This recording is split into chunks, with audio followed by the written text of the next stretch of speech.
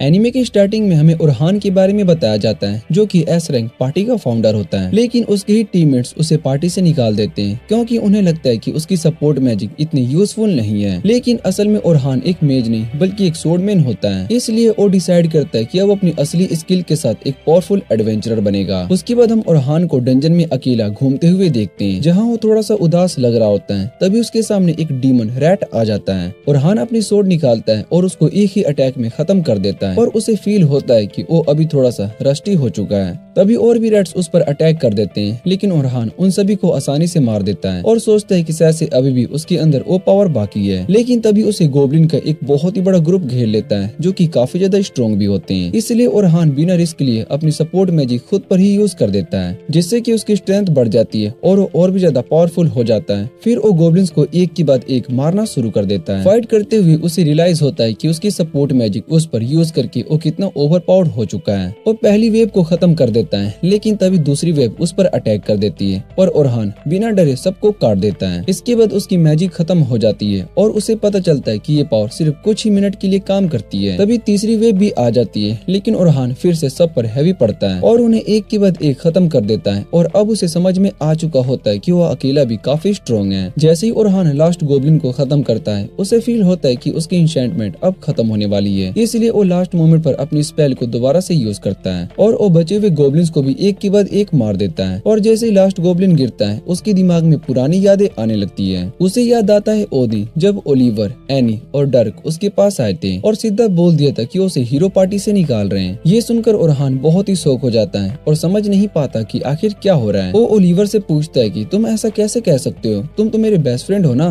और ओलिवर बहुत ही ठंडा रहता है और कहता है कि सिर्फ दोस्त होने से सच नहीं बदलेगा कि तुम टीम के सबसे वीक मेंबर हो। एनी और डर्क भी उसकी बात को मान लेते हैं और कहते हैं कि ओरहान बस उन्हें स्लो कर रहा है और उन्हें आगे बढ़ने से रोक रहा है। ये सब सुनकर ओरहान को यकीन नहीं होता है और वो बताता है कि वो असल में इंशेंटर था ही नहीं, बल्कि उसने सिर्फ टीम के लिए अपनी स्वॉर्डमैन वाली पोजीशन छोड़ दी थी क्योंकि किसी और के पास मैजिक की स्किल नहीं थी। उसने खुद से ट्रेनिंग करके अपनी अलग ही टाइप की स्किल बनाई थी ताकि वो टीम की हेल्प कर सके। लेकिन एनी उसका मजाक उड़ाती है और कहती है कि तुम बस एक्सक्यूजेस दे रहे हो और वैसे भी ओलिवर तुमसे बेटर स्वॉर्डमैन है। अब ओरहान अपनी लास्ट होप ओलिवर की तरफ देखता है, लेकिन ओलिवर भी कहता है कि उन्होंने एक नया इंशेंटर भी ढूंढ लिया है जो कि उन्हें और स्ट्रॉन्ग बनाएगा। ये सुनने के बाद ओरहान समझ जाता है कि अब उसकी इस पार्टी में कोई जगह नहीं है और चुपचाप उन्हें गुड बाय बोलकर वहाँ से जाने लगता है। लेकिन तभी एनी उसका मजाक उड़ाते हुए कहती है कि तुम कभी भी एस रैंक पार्टी के लायक थे ही नहीं, क्योंकि तुम ना एक परफेक्ट स्वॉर्डमैन बन पाए और ना ही एक स्ट्रॉन्ग मेज। तुम बस एक एवरेज इंसान हो जो किसी भी चीज में मास्टर नहीं बन पाया। उसके बाद ओरहान रियलिटी में वापस आता है और आगे बढ़ते हुए अपनी न्यू फाइटिंग स्टाइल के बारे में सोचने लगता है। वो डिसाइड करता है कि वो स्वॉर्डमैन और मेज दोनों का कॉम्बिनेशन बनकर लड़ेगा और सबको प्रूफ करेगा कि उन्होंने उसे निकालकर कितनी बड़ी गलती की है।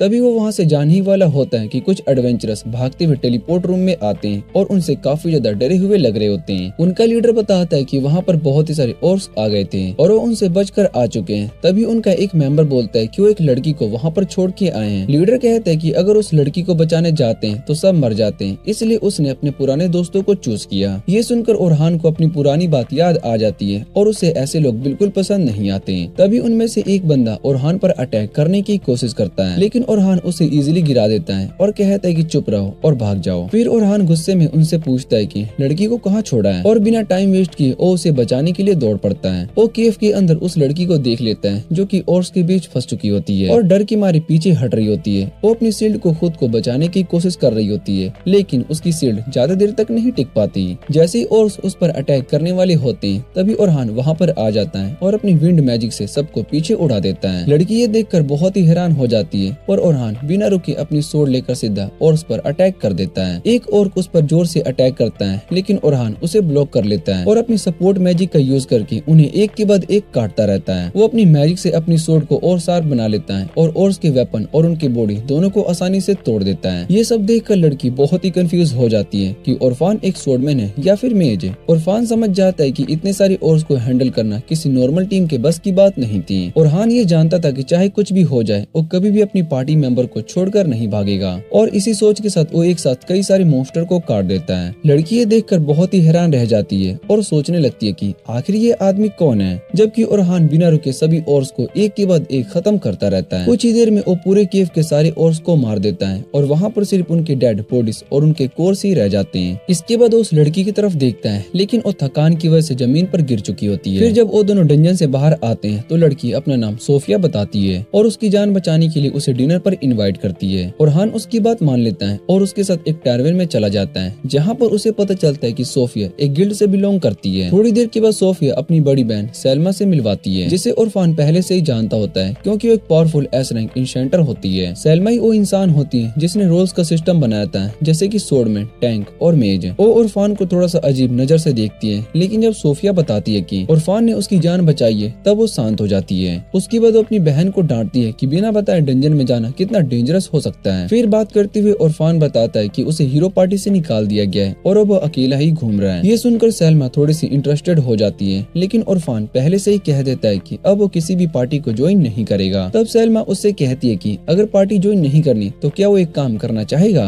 ये सुनकर इरफान क्यूरियस हो जाता है और पूछता है कि कौन सा काम। सेल्मा बताती है कि उनकी गिल्ड कल एक बड़ी टीम के साथ डंजन जाने वाली है, जहाँ पर नए एडवेंचरस भी होंगे और उन्हें स्ट्रॉन्ग लोग चाहिए जो कि उन्हें प्रोटेक्ट कर सके। इसलिए वो चाहती कि इरफान भी उनके साथ एक एक्स्ट्रा एडवेंचरर के रूप में चले। सेल्मा इरफान से कहती है कि उसकी स्ट्रेंथ और स्किल को काफी रिस्पेक्ट करती है, तभी उसने उसे ये ऑफर किया। ये बात इरफान के दिल पर लग जाती है क्योंकि उसे याद आता है कि उसकी पार्टी ने भी सेल्मा की मैजिक को देखकर ही डिसाइड किया था कि उन्हें उससे बेटर मेज चाहिए। इसके बाद इरफान काम के लिए हाँ बोल देता है, लेकिन एक कंडीशन पर कि वो सिर्फ स्वॉर्डमैन के रूप में ही डंजन में आएगा, अब वो मेज नहीं है। सेल्मा थोड़ी सी टेंशन में आ जाती है, लेकिन फिर भी मान जाती है क्योंकि उसे ओरहान की जरूरत होती है। डिनर के बाद ओरहान एक शॉप पर जाता है, जहाँ पर एक बूढ़ा आदमी उसे देखकर बहुत ही खुश होता है। वो आदमी शुरू से ही ओरहान को वेपन्स और आर्मर देता आ रहा होता है, जब इरफान कुछ भी नहीं था। ओरहान थोड़ा सा उदास होकर उससे कहता है कि अब वो किसी शॉप का प्रमोशन नहीं कर पाएगा क्योंकि अब वो हीरो पार्टी में नहीं है। वो माफी भी मांगता है, लेकिन बूढ़ा आदमी मुस्कुरा कर कहता है कि कोई बात नहीं, तुम अभी भी स्ट्रॉन्ग हो और लोग तुम्हारी बात सुनेंगे। ये सुनकर ओरहान इमोशनल हो जाता है और उसकी आंखों में आंसू आ जाते हैं। वो डिसाइड करता है कि वो फिर से अपनी लाइफ को जीरो से स्टार्ट करेगा और खुद को दोबारा से स्ट्रॉन्ग बनाएगा। अगले दिन ओरहान सोफिया के साथ सिल्वर रैबिट गिल्ड के लीडर विंस से मिलता है। विंस उसका वेलकम करता है और अपने इंट्रोडक्शन देता है। ओरहान रिस्पेक्ट के साथ बात करता है। विंस मुस्कुरा कर कहता है कि इतना फॉर्मल होने की जरूरत नहीं है क्योंकि वो दोनों एक ही जैसे हैं, और वो बताता है कि उसे ओरहान की अचीवमेंट्स के बारे में सब कुछ पता है और वो जानता है कि हीरो पार्टी की सक्सेस में ओरहान का बहुत ही बड़ा हाथ था। विंस कहता है कि फॉर्मल बातें छोड़कर हमें सीधा काम पर फोकस करना चाहिए क्योंकि सबसे इम्पोर्टेंट ये एक्सपेडिशन है। फिर वो सेल्मा की तरफ देखकर प्लान एक्सप्लेन करने के लिए कहता है। सेल्मा बताती कि वो लोग डंजन के फर्स्ट फ्लोर से लेकर 51 फ्लोर तक सिर्फ 3 दिन में जाने वाले हैं। पहले दिन वो 21 फ्लोर तक पहुंचेंगे, दूसरे दिन 36 फ्लोर तक और तीसरे दिन 51 फ्लोर तक को क्लियर करने का प्लान है। ये सब बताते हुए उसे कल की बात याद आती है जब उसने वेंस को बताया था कि इरफान को हीरो पार्टी से निकाल दिया गया है। ये सुनकर वेंस ने कहा था कि हीरो पार्टी ने अपनी सबसे बड़ी गलती कर दी है क्योंकि इरफान ही वो इंसान था जो कि सब कुछ परफेक्टली मैनेज करता था और उसके बिना वो लोग इतने स्ट्रॉन्ग नहीं रह पाएंगे। सेल्मा भी इस बात से एग्री करती है और कहती है कि इरफान की सपोर्ट मैजिक ने उन्हें इतना स्ट्रॉन्ग बनाया था। चाहे उसकी रो पावर थोड़ी सी कम हो, लेकिन उसकी स्पीड बहुत ही फास्ट है और वो सिचुएशन को समझकर तुरंत डिसीजन ले सकता है। इसलिए उसके बिना हीरो अपनी टॉप पोजीशन लूज कर सकती है और इसी वजह से सिल्वर रैबिट गिल्ड के पास स्ट्रॉन्ग बनने का एक बड़ा चांस है। फिर सीन वापस से प्रेजेंट में आ जाता है, जहाँ पर इरफान प्लान को कंफर्म करता है कि 10 रॉकी पार्टीज डंजन में जाएगी और उनके साथ 5 स्ट्रॉन्ग स्क्वाड्स होंगे। रॉकीज मॉन्स्टर से फाइट करेंगे और अगर सिचुएशन कंट्रोल से बाहर जाती है तो स्क्वाड्स उन्हें बचाने के लिए तुरंत एक्शन लेंगे। इरफान को एक बात थोड़ी सी अजीब लगती है। वो पूछता है कि जब रॉकीज को सेफ रखना है तो सिर्फ 5 स्क्वाड्स ही क्यों?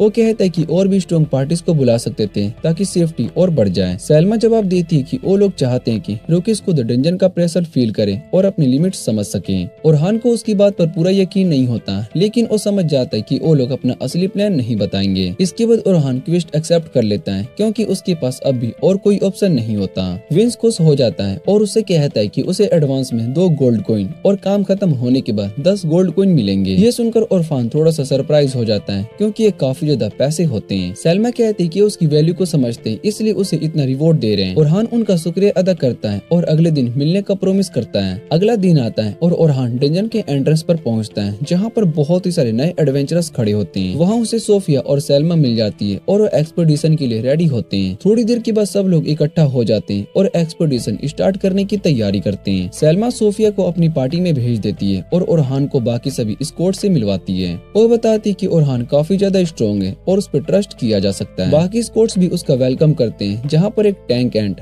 दूसरा टैंक बन और एक हीलर कैटी होती है। ओरहान समझ जाता है कि ये एक बैलेंस टीम है जहाँ पर हर रोल कवर हो रहा है, लेकिन वो ये सोचने लगता है कि अगर वो यहाँ पर आने से मना कर देता तो इनका प्लान क्या होता। ओरहान सोचता है कि यहाँ पर कुछ न कुछ तो जरूर गड़बड़ है, लेकिन अभी के लिए वो चुप रहकर देखना चाहता है कि आगे क्या होता है। थोड़ी देर के बाद सैल्मा सभी रोकीज को एक जगह पर जमा करती है और ओरहान का इंट्रोडक्शन करवाती है। वो बताती है कि ओरहान बहुत ही स्ट्रॉन्ग एडवेंचरर है और उसने 94 फ्लोर तक जा चुका है, जो कि काफी बड़ी बात होती है। ये बात को सुनकर सभी नए एडवेंचरर्स काफी ज्यादा एक्साइटेड हो जाते हैं और उनका कॉन्फिडेंस बढ़ जाता है। लेकिन इतना प्रेशर को देखकर ओरहान थोड़ा सा नर्वस फील करने लगता है, क्योंकि अब सब लोग उसी पर डिपेंड कर रहे होते हैं। इसके बाद सैल्मा सभी स्क्वाड्स को अपनी अपनी टीम हैंडल करने के लिए कहती है और ओरफान को 10 पार्टी लीड करने को देती है। वो कहते हैं कि ये सबसे प्रोमिसिंग टीम है और सभी गाइडेंस के साथ ये लोग काफी ज्यादा आगे जा सकते हैं। ये बात ओरफान को थोड़ी सी अजीब लगती है, क्योंकि वो एक आउटसाइडर होता है, फिर भी उसे बेस्ट टीम दी जाती है। फिर वो अपनी टीम के पास जाता है, जहाँ पर उसे सोफिया भी दिखाई देती है। वो पूछता है कि क्या कोई और मेंबर आने वाला है, लेकिन एक लड़का बताता है कि उनकी पार्टी में सिर्फ 3 लोग ही हैं। ये सुनकर ओरफान थोड़ा सा सरप्राइज हो जाता है, क्योंकि इतनी छोटी पार्टी काफी रेयर होती है। वो लड़का अपना नाम लोगेन बताता है और कहता है कि वो एक इंशेंटर है और फ्यूचर में सैल्मा से भी स्ट्रॉन्ग बनेगा। ओरफान समझ जाता है कि इस लड़के में थोड़ा सा एटीट्यूड है, लेकिन वो फिलहाल कुछ नहीं करता। उसके बाद एक लड़की अपना नाम कारोल बताती है, जो कि एक टैंक होती है, लेकिन ओरफान नोटिस करता है कि उसने कोई आर्मर नहीं पहना होता। जब वो पूछता है तो वो कहती है कि वो डोज करके फाइट करती है। ये सुनकर ओरफान समझ जाता है कि एक रेयर फाइटिंग स्टाइल है, लेकिन इसके लिए एक्सपीरियंस भी उतना ही जरूरी होता है। ओरफान पूछता है कि क्या क्लैन ने तुम्हें पहले से वार्न नहीं किया था। तब लोगेन बताता है कि कारोल को काफी बार बोला गया था कि वो नॉर्मल टैंक की तरह फाइट करे, लेकिन कारोल ने किसी की नहीं सुनी। और ये देखकर ओरफान समझ जाता है कि ये टीम स्ट्रॉन्ग तो है, लेकिन थोड़ी सी प्रॉब्लम वाली भी है। इसके बाद एक्सपेडिशन स्टार्ट हो जाती है और सभी लोग डंजन के अंदर एंटर करते हैं। रास्ते में कारोल बिना रुके बातें करती रहती है और ओरहान से उसकी पुरानी टीम के बारे में पूछती रहती है।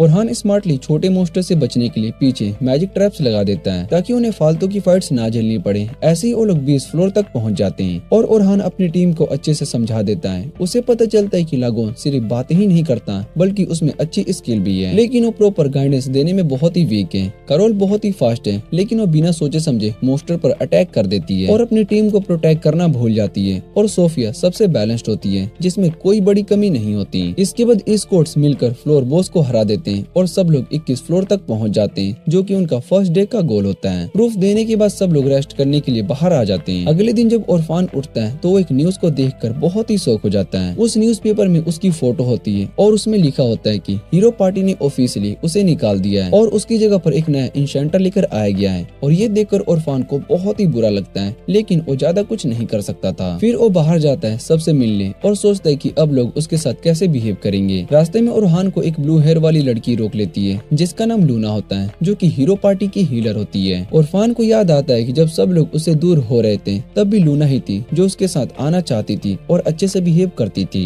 लूना तुरंत उसका हाथ पकड़ लेती है और उसे वापस से पार्टी में आने के लिए रिक्वेस्ट करती है। वो कहती है कि वो सभी को समझा देगी कि ओरफान कितना इम्पोर्टेंट है और उसे वापस लेकर आएगी। वो उनके पुराने प्रॉमिस की बात भी करती है और वो सभी मिलकर ग्रेड डंजन क्लियर करेंगे। लेकिन ये बात को सुनकर ओरफान गुस्सा हो जाता है और कहता है कि उस प्रॉमिस में ओलिवर भी था और उसी ने उसे पार्टी से निकाला है। ये कहकर वो लूना को मना कर देता है और बोलता है कि वो कभी भी वापस नहीं आएगा। इसके बाद वो वहाँ से चला जाता है और डंजन की तरफ बढ़ने लगता है। रास्ते में वो न्यूज़पेपर के बारे में सोचता है, जिसमें लिखा होता है कि उसे पार्टी से निकाल दिया गया है। वो समझ जाता है कि अब सब लोग उसे अलग ही नजर से देखेंगे। जब वो डंजन के पास पहुंचता है, तब सब रूकी वहाँ पर ऑलरेडी होते हैं, लेकिन अब सबका बिहेवियर चेंज हो चुका होता है। सब लोग उसके बारे में बातें कर रहे होते हैं कि उसे पार्टी से निकाल दिया गया। कुछ लोग सोच रहे होते हैं कि अगर वो खुद से जाता है तो बात अलग होती, लेकिन यहाँ तो उसे वीक बोलकर निकाला गया है। ओरफान सभी को ग्रेड करता है, लेकिन उसे मिक्स्ड रिएक्शन मिलता है। अब वो समझ जाता है कि कल जैसा रिस्पेक्ट अब उसके लिए नहीं रहा। तभी सैल्मा बाकी स्क्वाड्स के साथ वहाँ पर आती है और ओरहान से माफी मंगवाती है। वो कहती है कि रुकिस को काम करने के लिए उसने ही उसकी हीरो पार्टी वाली बात ज्यादा हाईलाइट कर दी थी। ओरहान तुरंत उससे कहता है कि इसमें तुम्हारी कोई गलती नहीं है, इसलिए तुम्हें अपना सर ऊंचा रखना चाहिए और कॉन्फिडेंटली पार्टी को डंजन के अंदर लीड करना चाहिए। चाहिए, जबकि मैं तुम्हें पीछे से सपोर्ट कर दूंगा। उसके बाद आंट, बर्न और कैटी भी बोलते हैं कि चाहे कुछ भी हो जाए, लेकिन ओरहान उन कुछ लोगों में से एक है जो कि 94 फ्लोर तक जाकर जिंदा वापस आए, और ये बात उसे थोड़ा सा कॉन्फिडेंस दे देती है। फिर ओरहान अपनी पार्टी के पास आता है, जहाँ पर सोफिया और कैरोल उसे अच्छे से गुड मॉर्निंग बोलते हैं, लेकिन लागोन थोड़ा सा कंफ्यूज होता है कि उसे कैसे ट्रीट करें। तभी ओरफान खुद ही बात को स्टार्ट करता है और पूछता है कि क्या तुम लोगों ने आज का न्यूज़पेपर देखा? सोफिया और कैरोल कहते हैं कि हाँ देखा, पर उसमें सिर्फ झूठ लिखा है। लेकिन लोगेन सच जानना चाहता है और ओरफान से पूछता है कि क्या वो सब सच था। इस पर ओरहान कहता है कि हाँ, मुझे हीरो पार्टी से वीक होने की वजह से निकाल दिया गया था, और वो सबसे माफी भी मांगता है कि उसने पहले ये बात नहीं बताई। ये सुनते ही सोफिया कहती है कि तुम वीक नहीं हो, क्योंकि मैंने तुम्हें खुद एक बड़े से और के ग्रुप को अकेले हराते हुए देखा है। ओरफान उसका शुक्रिया अदा करता है और कहता है कि चाहे मैं हीरोज पार्टी में नहीं हूँ, फिर भी मैं इतना स्ट्रॉन्ग हूँ कि तुम सभी को इजिली 51 फ्लोर तक लेकर जा सकता हूँ, बस तुम मुझ पर भरोसा रखो। ये बात सब लड़कियां मान जाती है, लेकिन लोगेन अब भी थोड़ा सा हर्ट होने का फील करता है। उसके बाद सब डंजन के अंदर एंटर करते हैं, जहाँ पर उन्हें 21 फ्लोर से 35 फ्लोर तक जाना होता है, लेकिन ओरफान सिर्फ ऑब्जर्व करता रहता है और तभी हेल्प करेगा जब सिचुएशन खराब होगी। सफर के दौरान कैरोल अपने ट्विन डैगर से मॉन्स्टर को इजिली हैंडल कर लेती है और सोफिया भी बड़े मॉन्स्टर को हरा देती है, जिसे देखकर ओरहान थोड़ा सा सरप्राइज हो जाता है। और फिर वो सब आगे बढ़ते हुए 31वें फ्लोर तक पहुंच जाते हैं, जहां पर उनका नेक्स्ट चैलेंज स्टार्ट होने वाला होता है। अब इसका मतलब ये होता है कि रुकिस अब एक अननोन एरिया में आ चुके हैं, जहां उन्हें अपने गिल्ड की मदद की जरूरत पड़ने वाली है। इस बार ओरहान खुद लीड लेता है और सबसे आगे चलने लगता है, ताकि वो चेक कर सके कि इस फ्लोर पर कोई डेंजर तो नहीं है। तभी उसे आगे गोब्लिन्स का ग्रुप फील होता है और वो तुरंत अपनी पार्टी को फाइट के लिए रेडी होने को कहता है। साथ ही उसे पता चलता है कि वहाँ पर एक ऑर्क भी घूम रहा है, जिससे फाइट थोड़ी सी ट्रिकी हो जाती है, लेकिन फिर भी ओरहान को अपनी टीम पर पूरा भरोसा होता है। वो तुरंत कैरोल को गोब्लिन अटैक करने को बोलता है और सोफिया को बोलता है कि वो अपनी लॉन्ग रेंज मैजिक से ऑर्क को हैंडल करें। दोनों उसकी बात को मान लेते हैं, जहाँ पर कैरोल गोब्लिन से फाइट करने लगती है और सोफिया भी अटैक के लिए रेडी हो जाती है। उसके बाद ओरहान लोगेन से कहता है कि वो अपनी सपोर्ट मैजिक का यूज करें, लेकिन लोगेन बिना कुछ बोले ही कैरोल पर एजिलिटी स्पेल लगा देता है, ताकि उससे फाइट में एडवांटेज मिल सके। लेकिन अंदर ही अंदर लोगेन को लगता है कि ओरहान की एडवाइस कोई नहीं दे सकता और उसे अभी फुली ट्रस्ट नहीं करता। तभी सिचुएशन थोड़ी सी खराब हो जाती है, जब ऑर्क को देखकर सोफिया पैनिक हो जाती है, क्योंकि उसे अपने पुराना ट्रॉमा याद आ जाता है जब वो अटैक नहीं कर पाती। ये देखकर सब प्रॉब्लम में आ जाते हैं और लोगेन भी कंफ्यूज हो जाता है कि ओरहान हेल्प क्यों नहीं कर रहा है। तभी ओरहान एक मैजिक को यूज करता है, जिससे कि ऑर्क की स्पीड काफी स्लो हो जाती है और वो तुरंत सोफिया के पास जाकर उसे कहता है कि तुम स्ट्रॉन्ग हो, इसलिए डरने की जरूरत नहीं है, बस सही एम करो। ये सुनने के बाद सोफिया डीप ब्रेथ लेती है और एक पावरफुल फायरबॉल बनाकर उस ऑर्क को एक ही अटैक में खत्म कर देती है। ये देखकर सब लोग शॉक हो जाते हैं और ओरहान भी हैरान हो जाता है, क्योंकि उसे नहीं पता था कि सोफिया इतनी स्ट्रॉन्ग मैजिक यूज कर सकती है। कैरोल तुरंत सोफिया के पास जाती है और उसे हक करती है और ओरहान भी उसकी तारीफ करता है। उसके बाद वो लोग 35 फ्लोर तक पहुंच जाते हैं, लेकिन वहाँ पर उनका सामना एक डेंजरस डेथ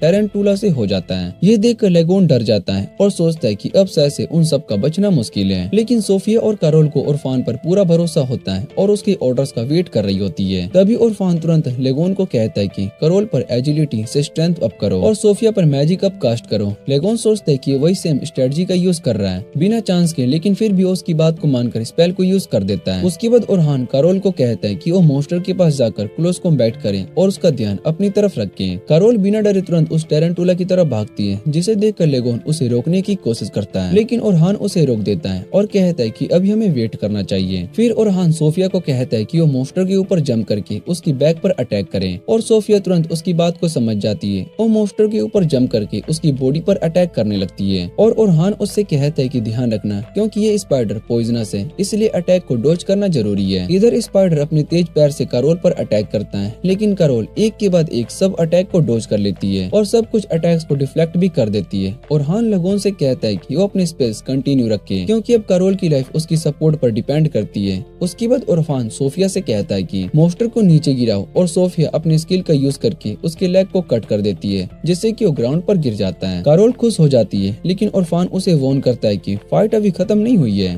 तभी वो स्पाइडर अपने वेब से कैरोल को पकड़ लेता है और उसे अपनी तरफ खींचने लगता है, जिससे कि कैरोल पैनिक हो जाती है। ओरहान तुरंत लोगेन से कहता है कि कैरोल पर और स्ट्रेंथ और स्पीड बढ़ाओ, फिर सोफिया को रेडी होने के लिए बोलता है। साथ ही वो कैरोल की नीज पर एक शार्पनेस स्पेल लगा देता है, जिससे कि कैरोल किसी तरीके से उस वेब से फ्री हो जाती है। उसके तुरंत बाद सोफिया अपने पावरफुल अटैक का यूज करती है और एक ही स्ट्राइक में उस मॉन्स्टर को खत्म कर देती है। इसके साथ उनका आज का मिशन कंप्लीट हो जाता है और ओरहान लोगेन की तारीफ करता है, क्योंकि उसके सपोर्ट स्पेल्स के बिना ये फाइट जीतना बहुत ही मुश्किल था। जब वो लोग केव से बाहर निकलते हैं तब तक शाम होने लगती है और सूरज भी ढल रहा होता है। सेल्मा भी रुकिस को उनके आज तक का परफॉर्मेंस के लिए कांग्रेचुलेट करती है और कहती है कि तुम सब ने अब तक बहुत ही अच्छा काम किया, और ये भी बोलती है कि उनका लास्ट स्टेप कल होगा, इसलिए सभी को आज अच्छे से रेस्ट करना चाहिए और अच्छा खाना खाना चाहिए। इसके बाद सभी अपने अपने रास्ते पर निकल जाते हैं। तभी आंट और बर्न ओरहान को लंच के लिए इनवाइट करते हैं। थोड़ा सोचने के बाद ओरहान उनका ऑफर एक्सेप्ट कर लेता है क्योंकि हर रोज कोई ट्रीट नहीं देता। दूसरे दिन रास्ते में लोगेन सोफिया से उस दिन के बारे में पूछता है जब उरफान ने उसकी जान बचाई थी। सोफिया बताती कि उरफान ने पहले विंड ब्लास्ट का यूज किया था और फिर अपनी सोर्ड को मैजिक से इनहेंस करके सारे ओर्स को इजीली हरा दिया था। ये सुनने के बाद लोगेन को समझ में आ जाता है कि उरफान नॉर्मल मेज नहीं है, क्योंकि आज उसने देखा कि उरफान ने एक ऐसा स्पेल यूज किया था जिससे कि ओर की स्पीड स्लो हो गई थी। ऐसे स्पेल्स को डिबफ कहते हैं जो कि यूज करना बहुत ही मुश्किल होता है और बड़े से बड़े मेज भी इसे इजीली नहीं कर पाते। लोगेन को अब रियलाइज होता है कि उसने उरफान को गलत समझा था और वो एक्चुअली एक जीनियस है। इधर सिटी में उरफान आंट और बर्न के साथ एक टैरवेन में आता है जहाँ उसे कहते हैं कि जो चाहे ऑर्डर करो, हम सब पे करेंगे। फिर वो उसे उसके रोल के बारे में पूछता है क्योंकि पहले वो हीरोज पार्टी में इंशेंटर था लेकिन अब वो सोर्डमैन कहलाता है। इस पर उरफान बताता है कि वो बचपन से एक सोर्डमैन बनना चाहता था। जब उसने अपने ग्रैंडफादर को एक बड़े मोस्टर को मरते हुए देखा था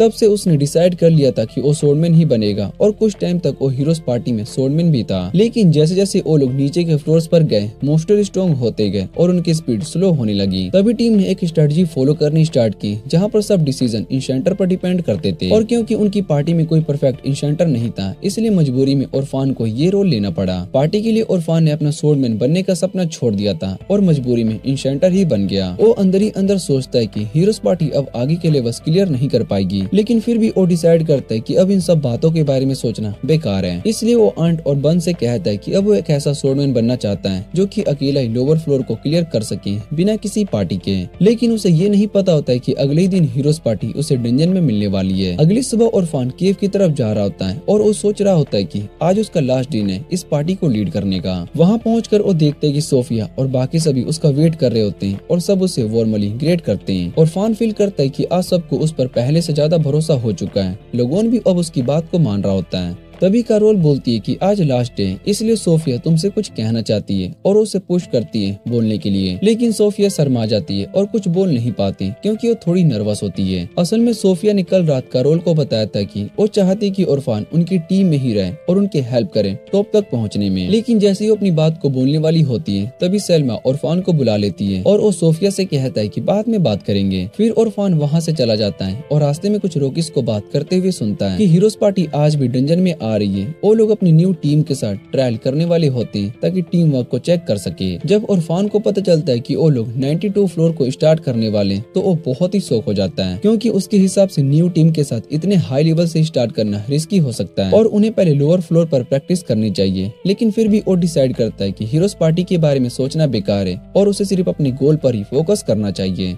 92 फ्लोर पर वापस आकर पार्टी का लीडर ओलिवर अपनी टीम को हाइप करता है और कहता है कि हमें इस डंजन को क्लियर करने में कोई प्रॉब्लम नहीं होगी, लेकिन फिर भी सबको अलर्ट रहना होगा। फिर अपनी पार्टी की न्यू मेंबर फिली की तरफ देखता है जो कि ग्रीन हेयर वाली इंशेंटर होती है और उससे कहता है कि अपनी नई स्किल दिखाओ। तभी उनका मेज बोल पड़ता है कि फिली कोई ऑर्फेन जैसा सब कुछ थोड़ा थोड़ा करने वाला नहीं है बल्कि एक प्रॉपर इंशेंटर है, इसलिए कोई प्रॉब्लम नहीं होगी। ये सब सुनकर लूना चुप रहती है क्योंकि वो कभी नहीं चाहती थी कि ऑर्फेन को पार्टी से निकाला जाए, लेकिन ओलिवर को लगता है कि इस डंजन के बाद लूना भी मान जाएगी कि ऑर्फेन ही प्रॉब्लम था। असल में लूना को ऑर्फान को निकालने वाली बात के बारे में पहले से भी पता नहीं था। उसे ये सब बाद में पता चला जब फिली के वेलकम के लिए पार्टी रखी गई थी। उस पार्टी में एनी और डर्क ऑर्फान का मजाक उड़ा रहे थे और कह रहे थे कि उनके पास एक रियल इंशेंटर है इसलिए वो जल्दी 100 फ्लोर तक पहुँच जाएंगे। वो लोग ये भी बोलते कि ऑर्फान पैसे खर्च करने में बहुत ही केयरफुल था और कभी भी अपने लिए कुछ भी नहीं लेता था। और ये सुनकर फिली थोड़ी सी अनकंफर्टेबल हो जाती है और पूछती कि क्या पार्टी के पैसे सिर्फ पार्टी के लिए ही नहीं होते,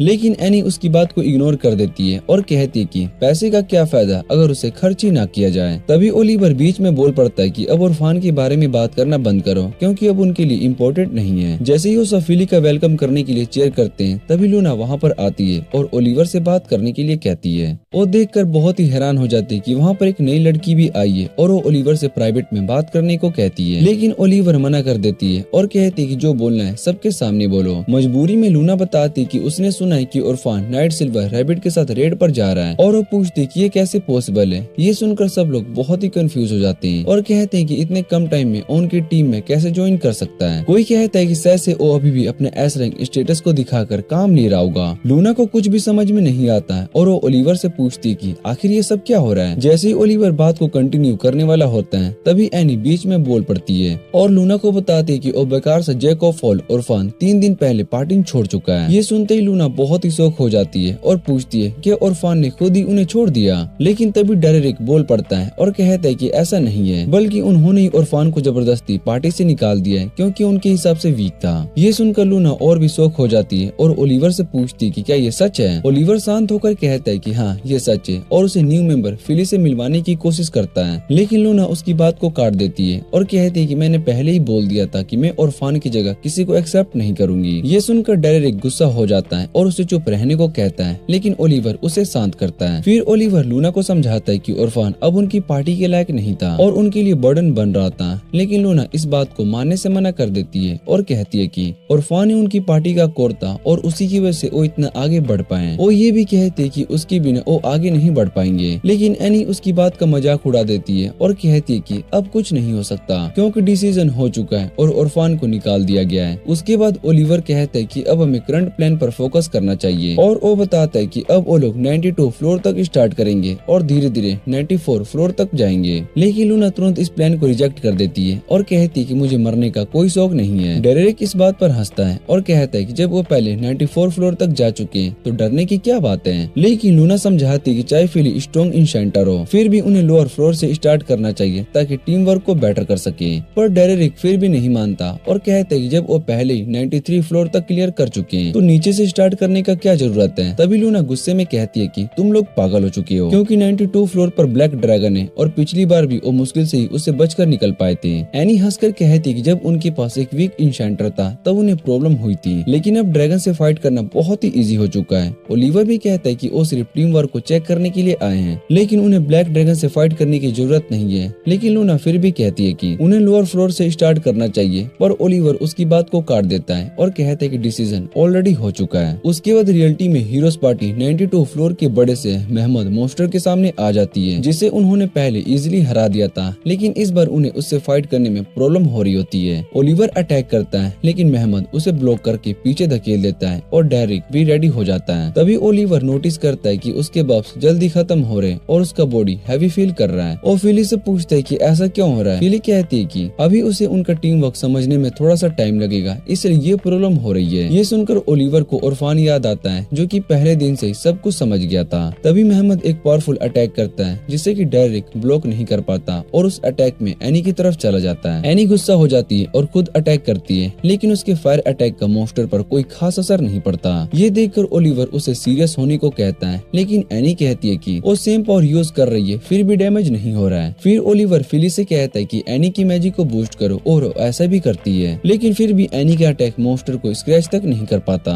तभी मेहमद फिर से अटैक करता है और एनी मुश्किल से बच पाती है। ये सब देखकर ओलिवर बहुत ही शॉक हो जाता है क्योंकि फिली की मैजिक स्ट्रॉन्ग होने के बाद भी वो उस मोस्टर के सामने वीक पड़ रहे होते हैं और वो समझ नहीं पाता है कि जो मोस्टर पहले इजी था अब इतना ज्यादा डेंजरस कैसे हो गया। एक और पावरफुल अटैक ओलिवर की तरफ आता है जिससे कि वो मुश्किल से डॉज करता है और नेक्स्ट अटैक डेरिक को ब्लॉक कर लेता है। ओलिवर एनी को कहता है कि वो मोस्टर को साइड करके अटैक करे, लेकिन एनी फेल हो जाती है और उसे वापस से पीछे हटना पड़ता है। तभी ओलिवर फिली से कहता है कि वो मोस्टर की अटैक पर नजर रखे और सबको वॉर्न कर दे, लेकिन फिली कहती है कि वो एक साथ इतना सब नहीं कर सकती। तब ओलिवर कहता है कि एक ही इंसेंटर का काम होता है। ये सुनकर एनी गुस्सा हो जाती है और कहती है कि ये बिल्कुल यूजलेस है और इसे पार्टी में लाना ही नहीं चाहिए था। अब ओलिवर को फील होने लगता है कि सबकी पावर पहले जैसी नहीं रही और खुद भी अपनी शॉट को फुल पावर का यूज नहीं कर पा रहा होता है। वो समझ नहीं पाता कि जब फिली की मैजिक इतनी स्ट्रॉन्ग है तो फिर भी प्रॉब्लम कहाँ पर आ रही है। तभी अचानक से डंजन के अंदर से ब्लैक ड्रैगन बाहर आ जाता है और उनकी तरफ दौड़ने लगता है। ये देखकर लूना डर जाती है और तुरंत कहती है कि हमें यहाँ से भागना चाहिए। ड्रैगन नीचे आते ही उस मेहमद को एक ही पल में क्रश कर देता है जिससे कि सब और भी शॉक हो जाते हैं, लेकिन ओलिवर फिर भी कहता है कि वो पहले भी इसे हरा चुके हैं इसलिए फिर से हरा देंगे। डेरिक उसके फायर अटैक को ब्लॉक करने की कोशिश करता है, लेकिन वो तुरंत ही उसे उड़ा दिया जाता है। दूसरी तरफ एनी भी अटैक करती है, लेकिन वो भी ब्लास्ट से बच नहीं पाती और बेहोश हो जाती है। लूना फिर से ओलिवर को कहती है कि हमें तुरंत यहाँ से निकलना होगा। लेकिन ओलिवर फिर भी फेली से बफ मांगता है और ड्रैगन पर अटैक करता है, लेकिन उसके सामने टिक भी नहीं पाता। वो शौक में आ जाता है और समझ नहीं पाता कि क्या करे। तभी लूना उसे समझाती है कि हमें इमरजेंसी टेलीपोर्ट क्रिस्टल यूज करना होगा, वरना हम सब यहाँ पर मर जाएंगे। फिली बताती है कि टेलीपोर्ट यूज करने से वो किसी और बॉस रूम में चले जाएंगे, जहाँ पर उन्हें फिर से फाइट करनी पड़ेगी। लेकिन लूना कहती है कि अब उनके पास कोई और ऑप्शन नहीं है। आखिर में ओलिवर भी मान जाता है और अपनी टीम को लेकर टेलीपोर्ट पोर्टल ओपन कर देता है ताकि वो वहाँ से बचकर निकल सके। लेकिन जैसे ही वो लोग पोर्टल के अंदर जाने वाले होते हैं, तभी ड्रैगन अचानक से अटैक कर देता है और उन्हें पीछे धकेल देता है। और सबके शौक की बात ये होती है कि वो ड्रैगन भी उस पोर्टल के अंदर घुस जाता है और गायब हो जाता है। डायरेक्ट पहले सोचता है कि ये अच्छा हुआ, लेकिन लूना तुरंत कहती है कि ये सबसे बुरा हुआ क्योंकि वो ड्रैगन किसी लो रैंक पार्टी को मार देगा।